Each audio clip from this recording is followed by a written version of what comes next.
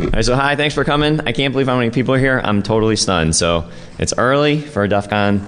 There's ATM jackpotting going on. There, and another talk, there's a Playmate of the Year or something, right? I know. That's fine. I saw her though. She's not that cute. So, what else? So, anyway, I was really surprised there's people here. So thanks for coming. And I was like, optimistically, the room will be empty. Everyone who can't get into Barnaby Jack's talk will then be like, well, what the hell do we do now? And they might wander in. But yeah, thanks for coming. Okay, so this talk, and I warn you, there's probably too much material, so I'm going to probably end up skipping stuff, but I'll make the slides available online. So if I gloss over something you're more interested in, check out the slides and see. So this talk is supposed to be sort of a fictional story of, I travel and give talks around the world, and so like what would happen if like one day I was, visiting some foreign country and, next thing I knew there's like a bag over my head. And a couple hours later I wake up and I'm in, beautiful downtown, some city in North Korea. And Kim Jong-il and his friends are there insisting that I helped them build a cyber army to attack the US. So this is the story. So, and when you're in that situation, you know what you say, right? Yes, sir, right? So for that, here we go. Here's my Korean military uniform for the day.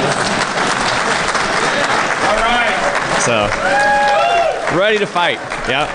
So who's with me, right? Okay. So yeah, that's what you say. Yes, devoted leader. Okay. So what am I going to talk to you guys about? So a little about me. Normally I would just skip that, but this talk is all sort of like like BS and all that. So I want to sort of convince you I know what I'm talking about. And then some background stuff, strategies I would employ, potential attacks, things that my cyber army would have to do, things I could imagine defensively the U.S. or whatever country we were attacking would try to do and why it wouldn't work. And then exactly how I would have the army, who would be in it, what kind of people, how much it would cost, that sort of stuff. Then how long I would need to set up, what exactly I would do. And then, conclusions and lessons learned. Okay, so why am I talking about, cyber war? So out of the blue, some guy from NATO calls me like 3 or 4 months ago. And he's like, hey, Charlie, we'd like you to come to Estonia and give us a talk about cyber war. I'm like, well, I'm really good. I'm like a low-level tech guy. I don't know how to like break into computers and stuff like that.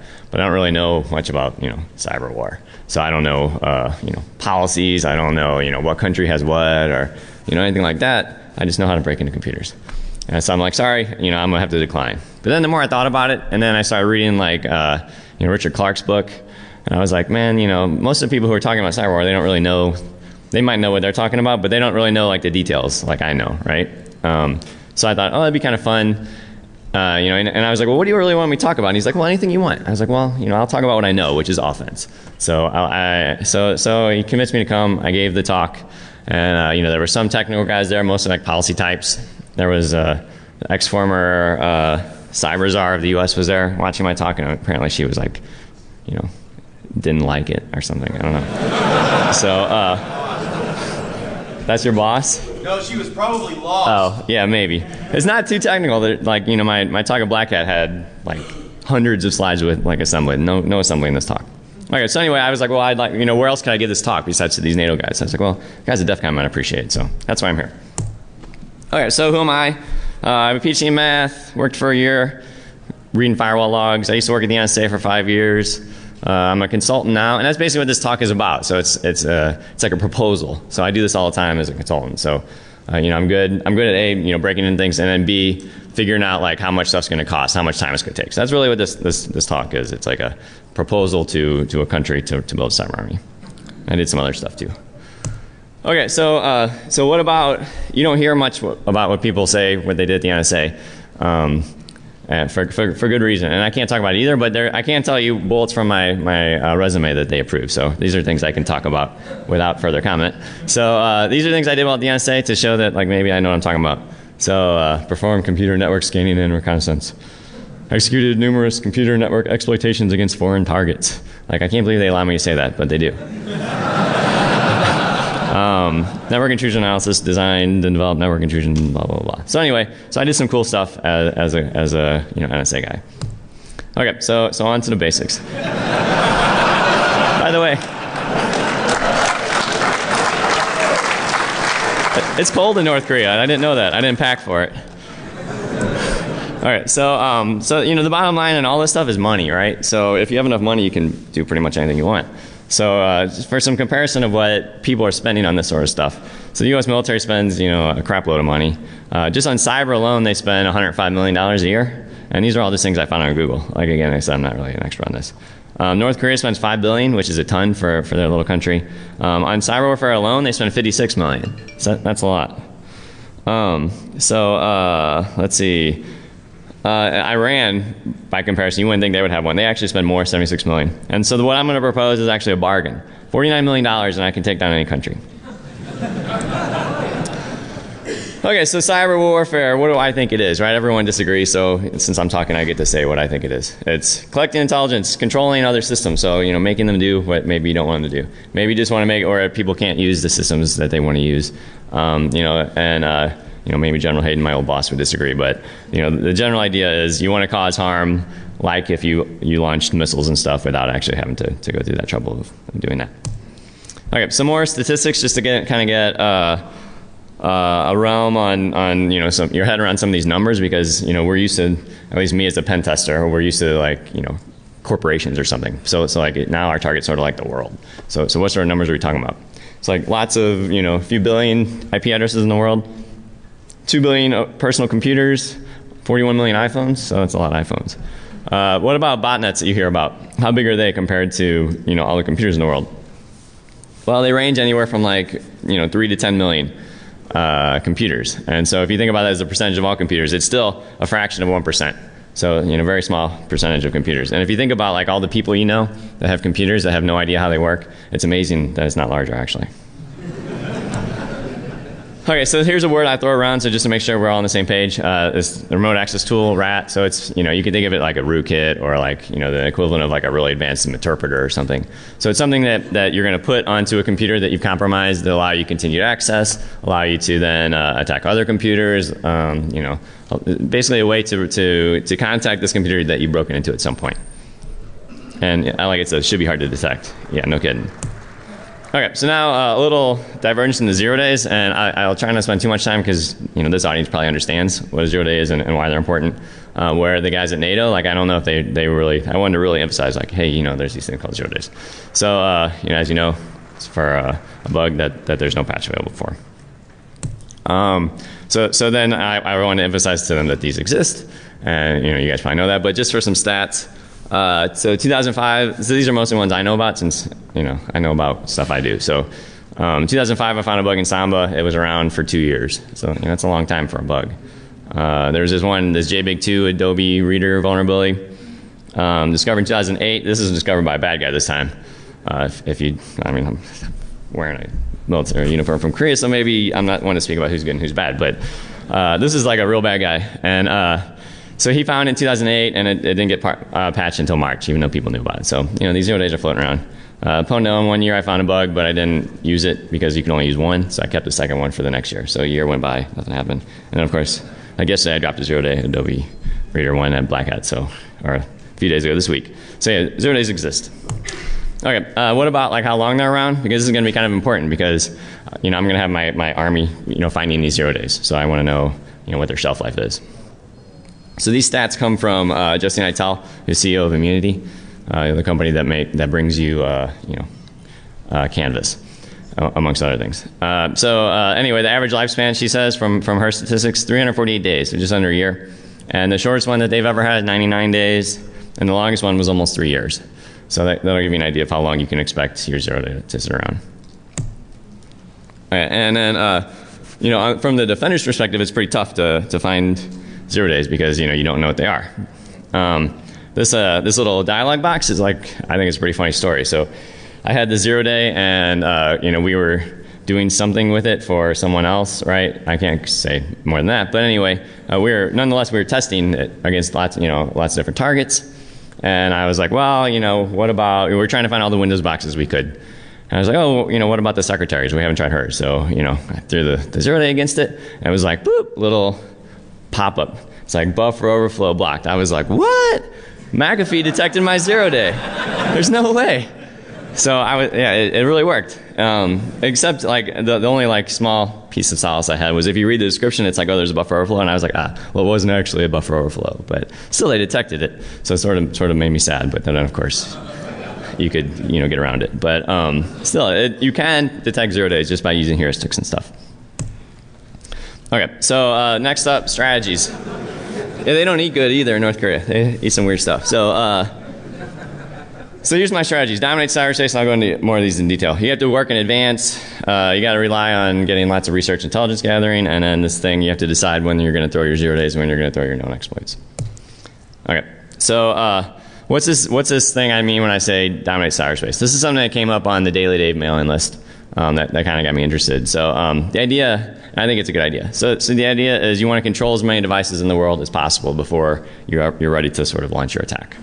And the idea is that if there really was some sort of cyber attack or cyber war or whatever you want to call it, presumably the internet would be kind of degraded, at least in places. And so if you control lots and lots of devices, then you can still perform your attack even if you can't connect to, say, the target anymore. So that's one good thing. The other thing is there's this problem with cyber war about attribution, right? So attribution is who did it. So you maybe a computer from China is attacking, but really that computer is some Russian dude who's logged into that computer, right? So you can't tell if it was Russia or China.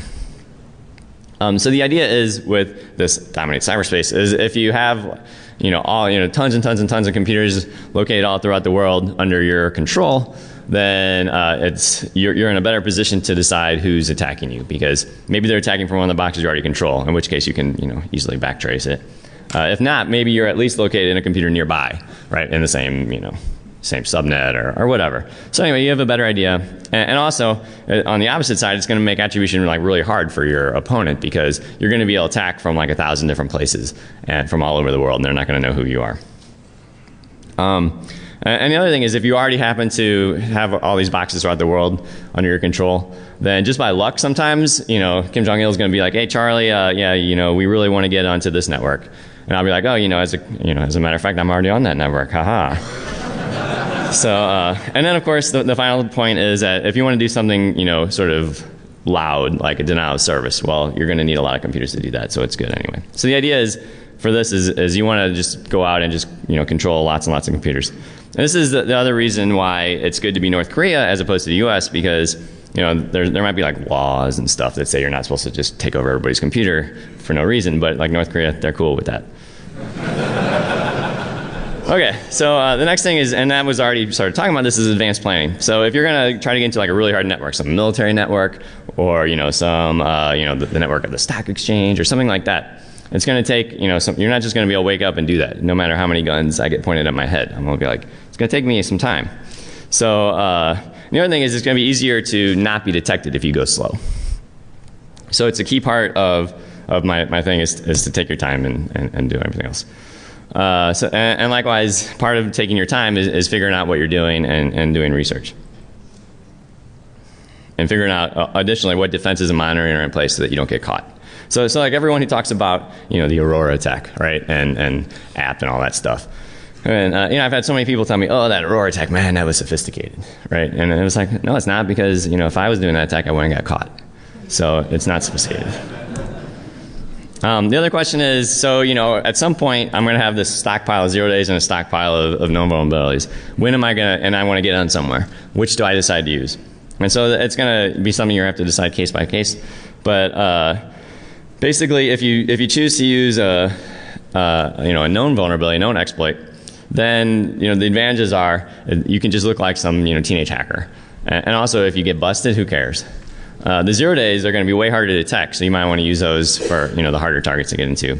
But the problem is, if you do get caught, then that's a lot of resources you've used to find that 0 day and to weaponize it.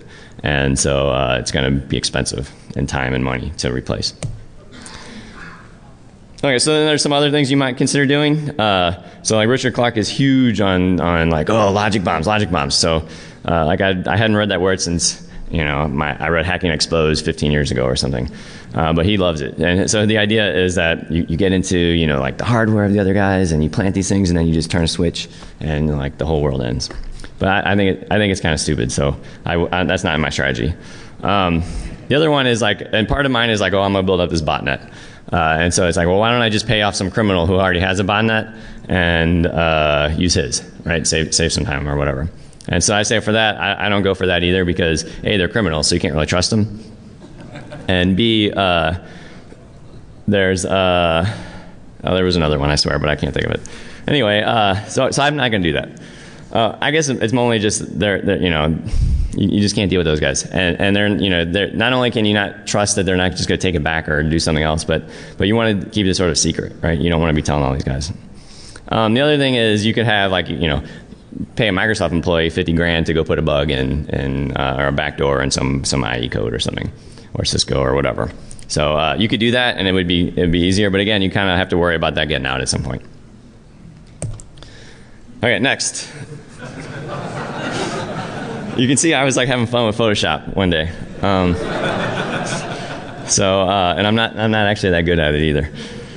So what's my what sort of things do I see attack? So like first off, like I'm doing whatever Kim Jong-il tells me to do at this point, right? And I don't really know what his plans are. He's not like totally like right in the mind. So I'm just like, okay, I'm going to prepare for everything you could possibly ask for, and then when you tell me to do it, I'll just hopefully already have that in place to do it. So what are some like crazy things that he might come up with? Hey Charlie, I want you to shut down the internet. It's like, well, I'll do my best. I'm no Dan Kaminsky. So other things I might do is financial markets, air transportation, power stuff. Maybe break up the communication in the military. Cell phone networks. This is like really easy to do because I haven't been able to use my phone in like a week here in Las Vegas. Okay, next up, tasks. So these are the actual things that the last bit was what he might want me to do, and this is the things I'm going to prepare to do, and hopefully these things will allow me to do the things he wants me to do. And everyone loves my book there in North Korea. Okay, so these are the things I want to do. Communication redundancy. So I want to make sure that if parts of the internet go away, that I can still do my job, which is to destroy the U.S. capitalist pigs. Okay, distributed denial of service. I want to be able to get into like really hard targets, like military networks. I want to take down core infrastructure, and then there's these like air gap networks I'm going to talk about and how I would attack those. Okay, so I mentioned this already. So I want to have redundant communication to all these computers that I'm launching my attack from throughout the world. So the idea is that the people. So not just the computers, but I want to have people like stationed throughout the world too, right? So if I don't want to have like all my cyber army like holed up in a bunker in North Korea, right? Because then all you gotta do is snip the cables going into North Korea. There's probably like 2, and I'm gonna be shut out. So I want to have like people all over the world, and in this case I'm attacking the U.S. So like have them all over the U.S. as well. And likewise, I want to have communication to those people and to like other computers that I own through lots of different ways. So instead of so I'm assuming the internet at some point is going to be difficult to use when I'm doing all these things. So I want to have like be able to talk over the phone lines, over like satellite phones, anything I can think of. The idea is even if the internet like somehow like became completely unusable, I could still communicate with these computers to continue the attack, or I could actually stop the attack if I wanted to.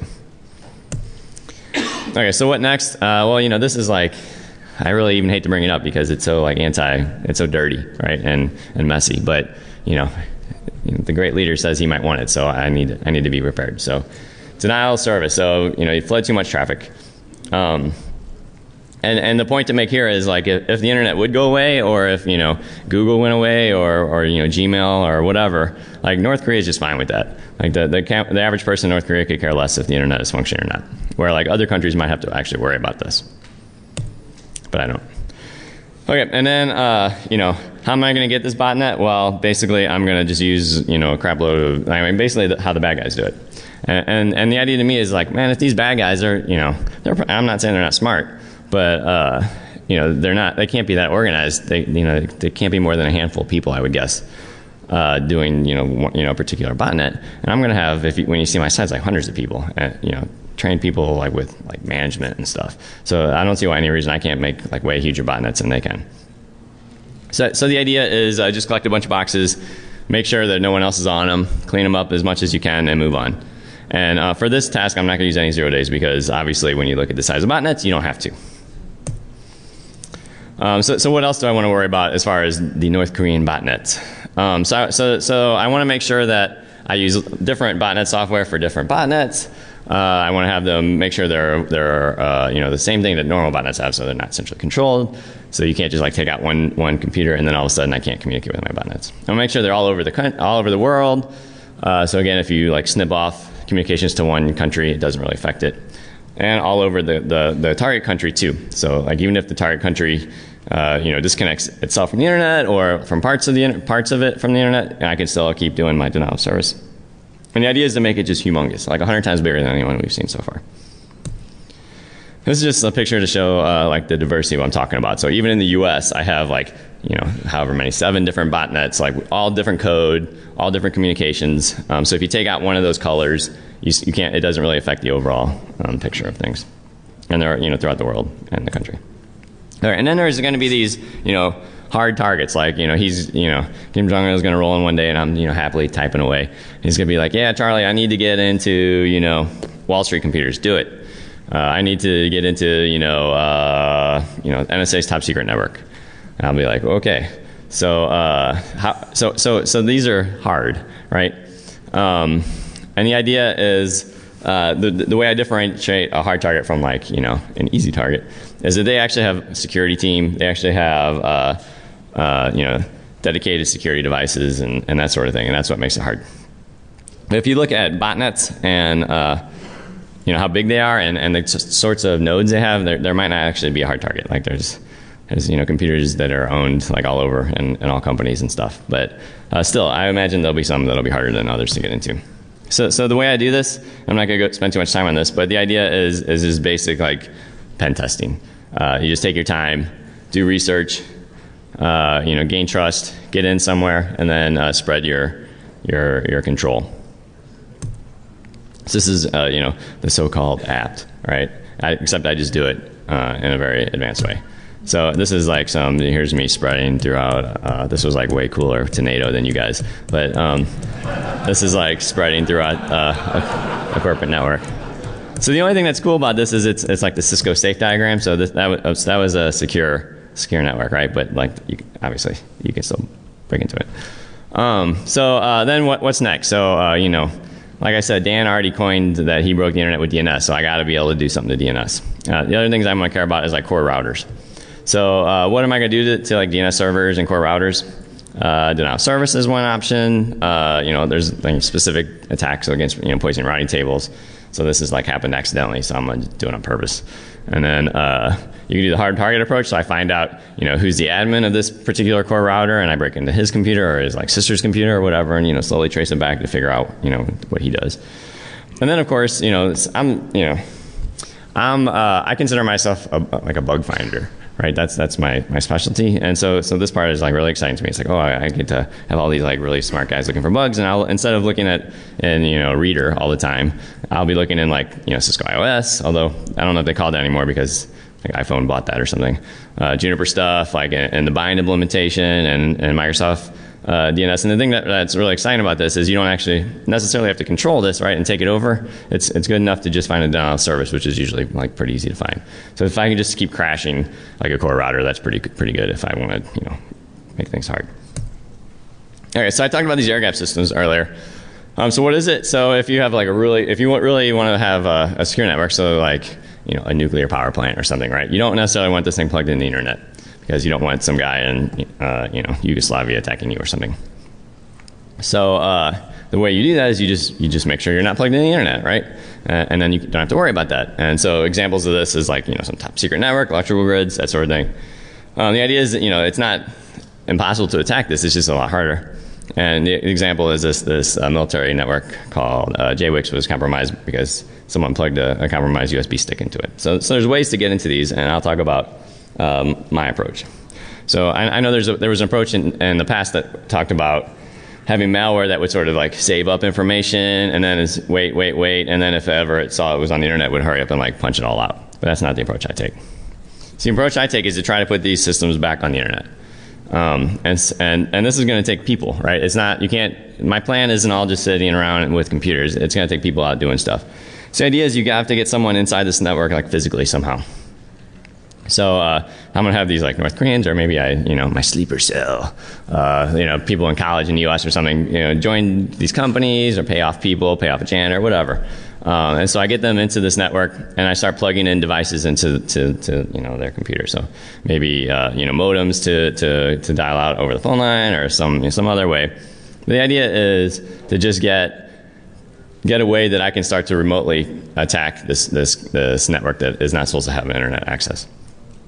And I've had people come up to me about this and be like, "Oh, that's impossible. I'm Mr. Network, and I know as soon as someone plugs in a USB stick in any computer." And I'm like, "Well, that's bullshit, right?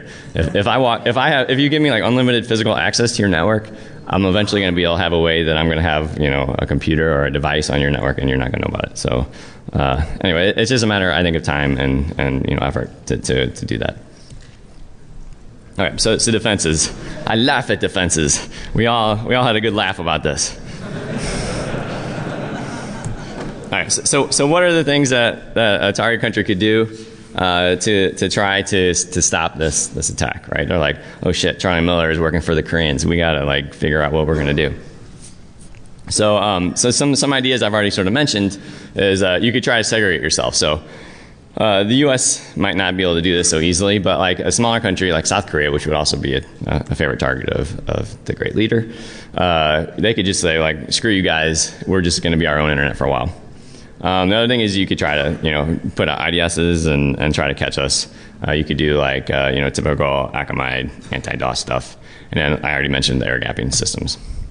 All right, so for segregating, you could either like physically cut the wires, or you could just put such aggressive filters on it that almost nothing gets through. And the way that I get around this is, again, I said I've already pre-positioned everything, presumably before any of the this stuff is going down. So you cut off yourself from the internet, but I still have a bunch of compromised computers on your network that before it's been cut off, and I can still communicate with them through ways besides the internet. So I can still attack you even if you segregate yourself. So thanks, but that's not going to work. The next thing is filtering. So like the U.S. is working on this so-called Einstein IDS thing, right? So obviously they think that this is a good idea, but I don't think it's that great. So the botnet clients that I'm shipping, their communication, the exploits I'm using, these are all custom things. So there won't be specific signatures for them. There might be some generic ones, but as you see, I'm going to test against all the antivirus and stuff that I can get my hands on. So it's going to be really hard with a filtering device to catch this. And the other thing is, because I'm using one, so I don't just use the same one piece of bot code or the same one rat or whatever. I have lots of different versions of each one that are each different. So if by chance my guy totally screws up one day and he gets caught, and then they ship this off to all, McAfee and Symantec and all this stuff, and they have signatures and all that. So it's not like, hey, we caught this guy at Google. Oh crap. We also see that the same thing is being used here, here, here, and here, right? So that's not going to happen because I'm going to have so many different versions of all my software. All right. What about for the denial of service case? They really, really want whitehouse.gov to be up, so they hire Akamai or they set up their own sort of system. And so I would say, well, because I have this first of all, I have this enormous botnet, and second of all, it's geographically diverse. So that's the main thing that they use to stop you, and so it won't actually help you here.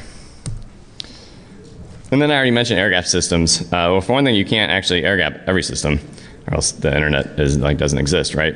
And the other thing is, I already mentioned that I would try to un-air gap the ones that are air gapped.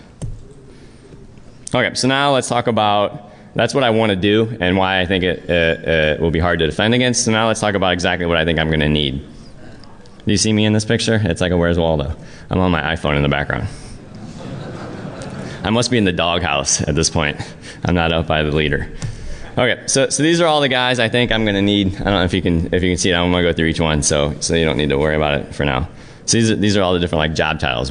So they'll be advertising on threat post or something. Hey, seeking, person willing to develop vulnerabilities.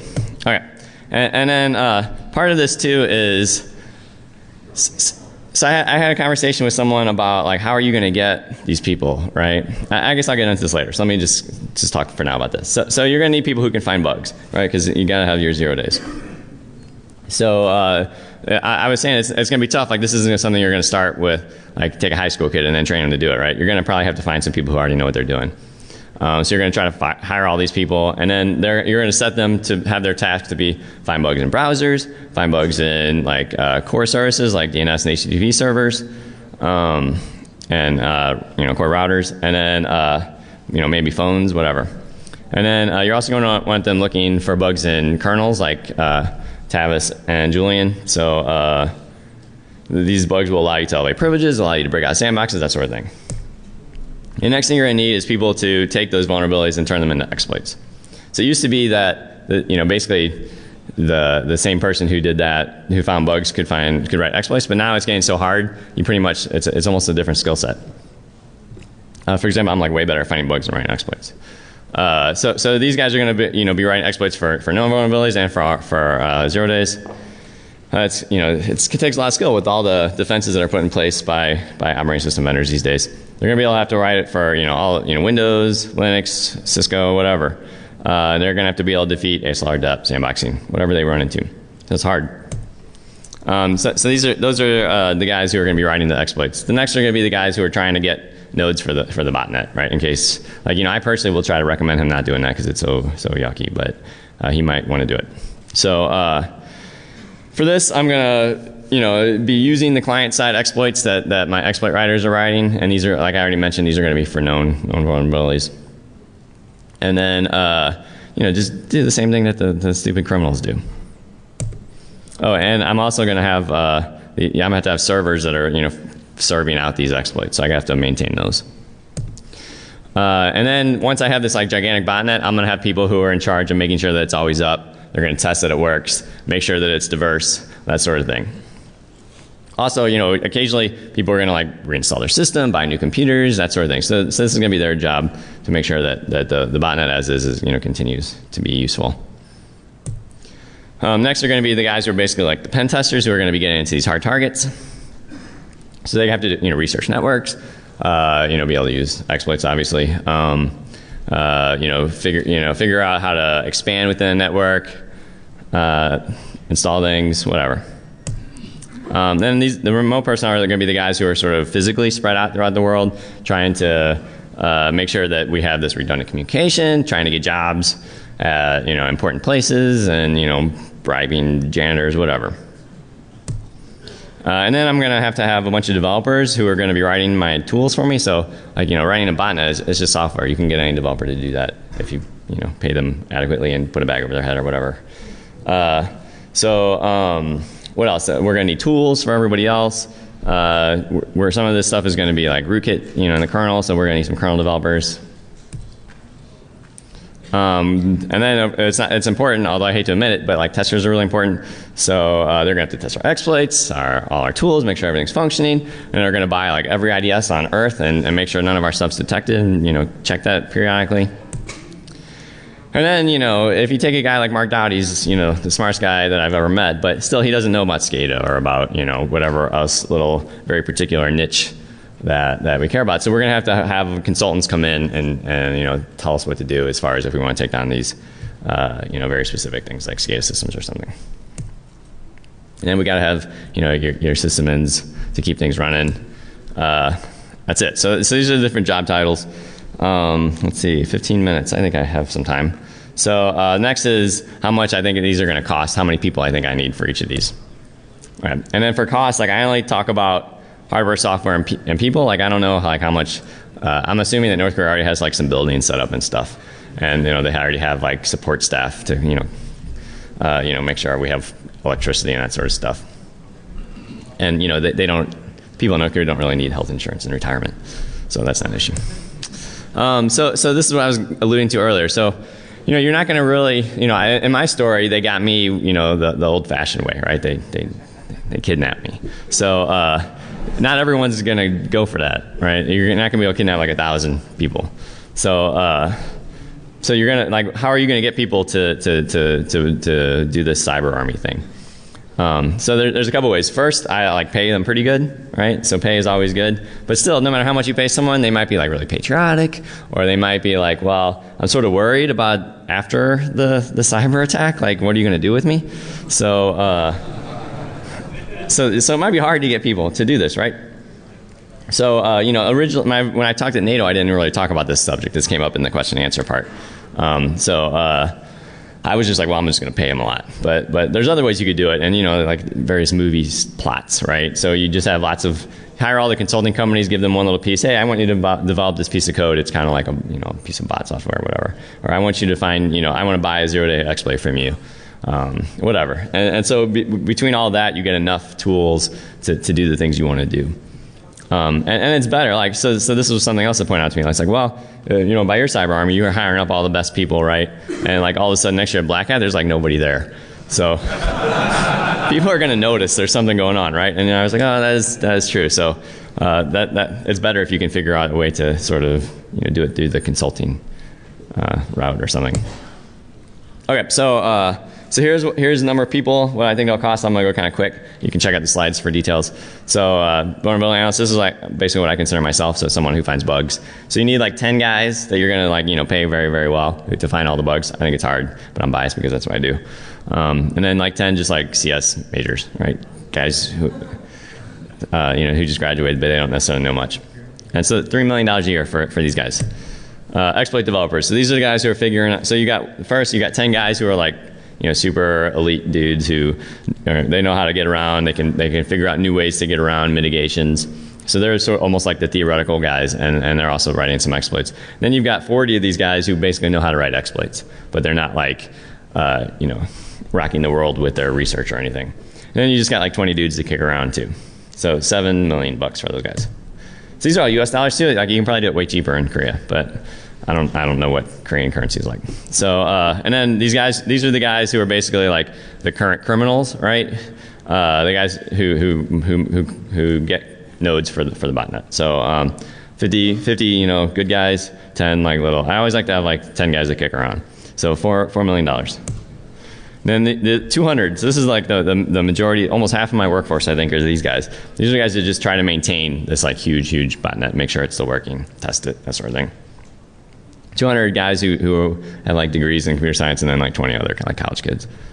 $12 million. These are the pen tester guys, 50 of those guys, because there's going to be like a lot of networks they're going to want to get in. And like for comparison, the company I work for is like 12 guys. So this army is like way huger than mine. We got 10 guys that kick around. These are the guys that are like wandering around the world trying to get jobs and stuff. So I don't actually pay for them because I figure like, it's not really a technical job, right? North Korea probably has people who are already good at this. So these are the developers. So these are the guys writing the code for us, writing the botnets, that sort of thing. 10 like really skilled guys, 20 just like, straight out of college, and then 10 kicker rounder guys. Testers, and then these are like everyone else. So these are the consultants. So I'm willing to drop $2 million a year on people that tell me how SCADA systems work and how, Wall Street systems work and that sort of thing. And again, maybe I'm biased because I'm a consultant. Sysadmins, and then managers. Like as much as I hate managers, I end up spending a fortune on them. So $6 million. Okay, what kind of equipment do I need? Well, I don't think I need that much equipment really. So a couple computers for people to work on, like a real kick-ass lab with like all equipment that like core routers and that sort of thing, switches, phones, whatever. And then of course the mandatory software you would need. And what about the servers that are going to host our exploits for collecting bots? And we'll just take those over. We don't need to actually buy them. Okay, so in all, my cyber army, 600 people, 45 million in salary. So it's not a bad average salary, and $3 million in equipment. Okay, so here's the pie chart. See, I'm truly, this is like in my slide deck I would present to the great leader. So on the left is how many people, and on the right is how much they cost. So you can see like the biggest pie chunk is the guys who just are maintaining the botnets, and then the sort of like super advanced people are the kind of in the top. So on the yellow is the pen testing type guys, and the green are the exploit writers, and in the middle the little blue pie slice is the guys who find bugs. I have sysadmins for that. That was the sysadmins. I don't know where they are on here. They're red. They're the teeny little sliver next to the operators. So, yeah, they're willing to work 24 hours a day, I'm sure. Okay, so then this is, I can't just roll this out like immediately. So I have to take some time to get everything rolling, and I have a 2-year plan, and this is it. Okay, so what am I gonna do? So, and I assume like I have like I'm not counting the part where it takes to like hire everybody and get everyone sitting at their desk and stuff or whatever. But like when we're ready to go, for the first 3 months, we're gonna get our remote guys, flown out the world, starting to set up their equipment, trying to get jobs. Vulnerability analyst guys start looking for bugs. The exploit developers start writing and polishing exploits for known vulnerabilities. The developers start writing their bot software and their rats. And there's just some basic research done on like who do we think the hard targets are going to be, what sort of systems do they use. Just very basic research at this point. So 3 months down the drain, and Kim Jong-il is like, okay, we're ready to roll, right? Yeah. And we haven't really done anything yet, but trust me, 2 years we're going to be ready to rock. Okay, next 3 months. Hopefully the bug finder guys will find a couple 0 days, some DOS bugs and, like DNS servers or whatever. We start since there's the exploit writers start writing some 0-day exploits based on those bugs they found, or bot or whatever.